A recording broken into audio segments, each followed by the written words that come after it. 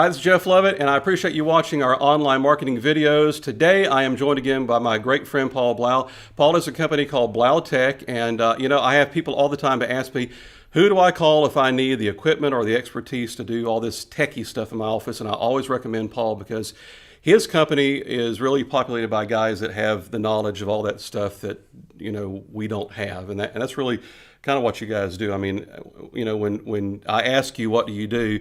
Your answer basically is, I do all that stuff that nobody else really wants to do. I mean, that really is kind of what you guys do. Except for we want to do it. I know you want to do it. But I mean, you really do all the stuff that none of us really want to worry about. Absolutely. And so if you have a tech problem, call them at Blau Tech or go blautech.com and they'll help you out. But one of the things that both of our companies, Blau Tech and Summerhill Digital, we kind of live and die by is our reputation. And one of the things that we depend on for reputation is what other people say about us. Now, when you go to the Blau Tech website, you go to the Summerhill Digital website, you're going to read reviews from people that have used our services. A lot of those we talked about in the last interview, in the last video, were actually testimonials that we solicited from some of our associates, our friends, or our clients. And that's okay to ask people, and there's nothing wrong with that. But occasionally, we'll get people that will make comments on Facebook or Google Plus, or actually will just email us, and they're not happy with something we did. I mean, you've been in business how long? 23 years. 23 years, and you have had people that have been unhappy with you. We have. And I've had people that have been unhappy with me because they have expectations of things that we just can't do. I mean, there's some people that, you come and do something and they think it's supposed to solve world hunger, and it just doesn't. Right, and you can't please everyone. It's just not possible. And so there's going to be both personality conflicts, and honestly, I don't care who you are, you're going to make a mistake occasionally. Yeah. Some people are going to be forgiving of those mistakes if you have the right attitude and you're trying to fix it, but other people, doesn't matter how hard you try to fix it, they don't care. You made a mistake, and your name is rotten ever for more. Even the greatest companies in the world, like Apple and people like that, they have bad reviews. And so what do you do when someone gives you a bad review? That's what we're going to talk about today. And also, in just a moment, we'll talk about how to know what people are saying about you, because there's a lot of people that talk about us or talk about companies on the line that, it's out there and we don't even know about it. I mean, they talk about it with their friends or with other people, and we're not even privy to the conversation. And it would be good for us to know kind of what people say about us. So let's first tackle that one about negative reviews. We got all these great reviews that come in, and all of a sudden somebody gives us a 1 out of 5 stars. Right. And it first hurts our feelings, but after we get over that, we go, now what do I do about it? Yeah. Do I leave it up? Because I can erase it. So what do I do? Well, and maybe you can erase it because it really depends on where they put the review. Well, I don't have to actually feature it on my website, though. I mean, I can get rid of that. Right, and I would agree that you're not going to feature it on your website or in your marketing material, because that's just a point of where you have to explain something. But a lot of the research people are going to do for your company really isn't going to be on your website. It's going to be in the peripheral area around the website when they do the search. And you can't control some of those sites. Yelp, the Google reviews, those types of things. They're going to be able to put whatever they want in there.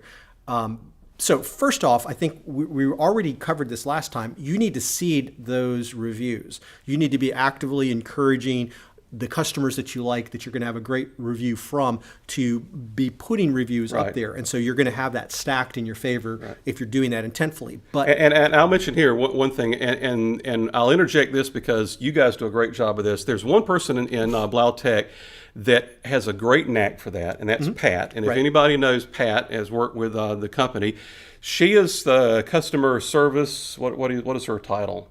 She's a director of customer service. Director of customer service. And what Pat does is she basically just stays in touch with all the customers. She goes out and visits everybody once a month, face to face, takes some goodies, takes some gifts, sees if they have a problem, calls them on the telephone. And one thing that Pat does is she asks people to give them referrals. And the best time to do that is when they're really, really happy. Right. And that is a great tip, is the best time to ask somebody for a referral is to do what Pat does, is when they're really happy with something you guys have done, ask them then. Right. And so what we did with Pat, since that is actually part of her job description, we actually use KPIs with all of our staff and key performance indicators. And she has to actually report on that number. How many reviews did you get this week? So it's something that she's intentful and mindful about. Anything that any behavior that you want to change inside your company, you need to put a number associated with that, and then track that number, and that will. And that's really the heart of what we did. Besides having a dedicated person, is having that specific task and reporting on that task for how many people gave us referrals or testimonials. So when they're real happy, that's when you ask them. Right. Don't wait 6 months, because then they might not be happy. Or they might be happy, but that honeymoon relationship is worn off. You know, they've even things that we buy that were like we both of us have Apple Watches, and boy, the first couple of days that I had it, I was like, this is the greatest thing in the world. But the newness is worn off a little bit. So when you first get it, send out the review. And I know it's about Best Buy. We got this at Best Buy, and the day after I got it, they sent me a thing, please review it, because they're smart. They know that second day is when I'm going to go, boy, this is the greatest invention in the world. All right, so let's talk about something else. So if you get a bad review, it's okay. And actually, a couple of bad reviews among 500 are not bad, because it makes us look human. I mean, it makes people know that the reviews they see online are actually authentic. Right, it creates credibility. Right. And so if you are only 5s and glowing reviews, people are going to feel like that's artificial. You want to have some 4s and maybe even some 3s. Yeah. And if in a large amount of reviews, 150 reviews, if you have 1 or 2 1s, people are going to look at that and they're going to say, that's an exception, that's not the rule. And then maybe that's just an irate customer or somebody who's being unreasonable. All right. If you want to know more about this, the subject is called reputation management. Just go on Google and type that in, and you'll find tons of information about it.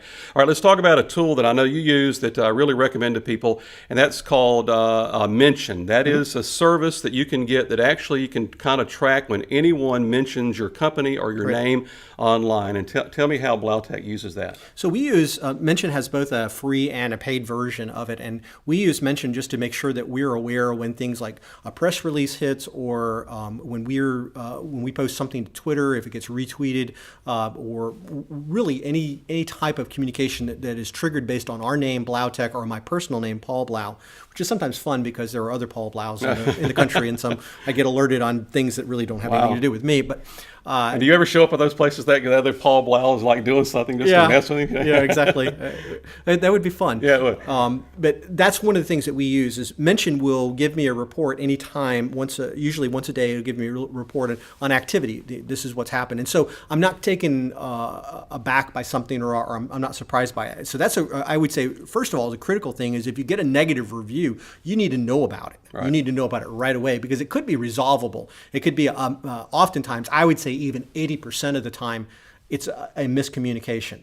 Where somebody thinks that one of your people or you said something, they heard it a different way than what you meant for it to be, or they made an assumption and they never actually followed through on it. And had they communicated correctly with you, you would have resolved the issue. So if you're aware of it quick enough, you can go in there and maybe you can solve the problem and get the person to retract that review. Right. So one thing more we'll mention before we're done today, and that is the fact that if you see someone give you a negative review and you're monitoring this, respond immediately. There are some companies that do a great job of that, and they become famous for it. I mean, there are companies out there, they see a negative review and they immediately go above and beyond, to overcome it. And because of that, they create a positive reputation for a company.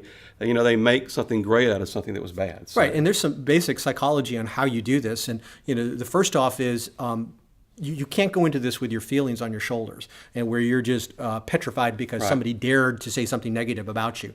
Right? They vented. And just look at it for what it's worth. They were upset, they were angry, they were emotional. It wasn't about logic and it wasn't about facts. It was all about emotion. So when you see that negative review, just remember, don't argue facts. This is an emotional response that they gave you, and so you have to deal with it on that same level.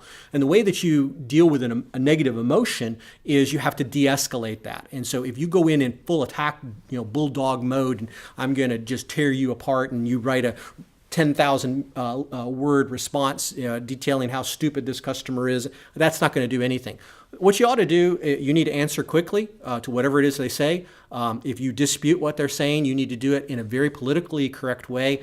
Don't call them a liar. Don't accuse them of anything. Just state your facts. But I would encourage you, regardless of whatever they did, apologize. Right. Even if you don't think it's your fault, the way to de-escalate, the quickest way to de-escalate any emotional situation is with an apology. Right. I'm sorry you feel that way. That doesn't say that you agree with them. You're just and you can be genuine about Sure. that. I'm sorry you feel that way. This is what we'd like to do to make it up for you. Absolutely. All right. Now, listen, both Paul and I have blogs. We have video channels on YouTube. We have websites. Go visit both of those. Follow us because we always have great information to share with you. And thanks for watching. Thanks.